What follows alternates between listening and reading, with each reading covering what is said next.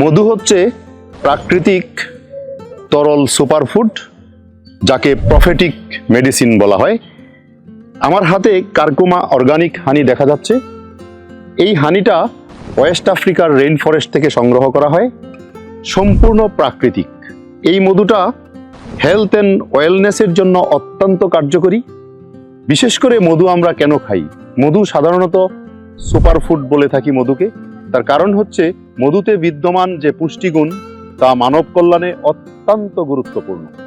ছোট বাচ্চা থেকে শুরু করে একদম বৃদ্ধ পর্যন্ত যে কাউকেই মধু খাওয়ানো যায়। তবে যদি কারো ডায়াবেটিস থাকে সেই ক্ষেত্রে ডাক্তারের সাথে যোগাযোগ করা বাঞ্ছনীয়। যে রেইন ফরেস্ট থেকে মধুটা কালেক্ট করা হয়, সেই রেইন ফরেস্টের ফুলে যে নেকটার থাকে, নেকটারটা একটু কালো রঙের হয়, যে কারণে এই মধুর কালারটা একটু কালো রঙের এবং ঘনত্ব খুবই চমৎকার, খেতে সুস্বাদু, স্বাদে গন্ধে অতুলনীয় একটি মধু হচ্ছে কারকুমা অর্গানিক হানি।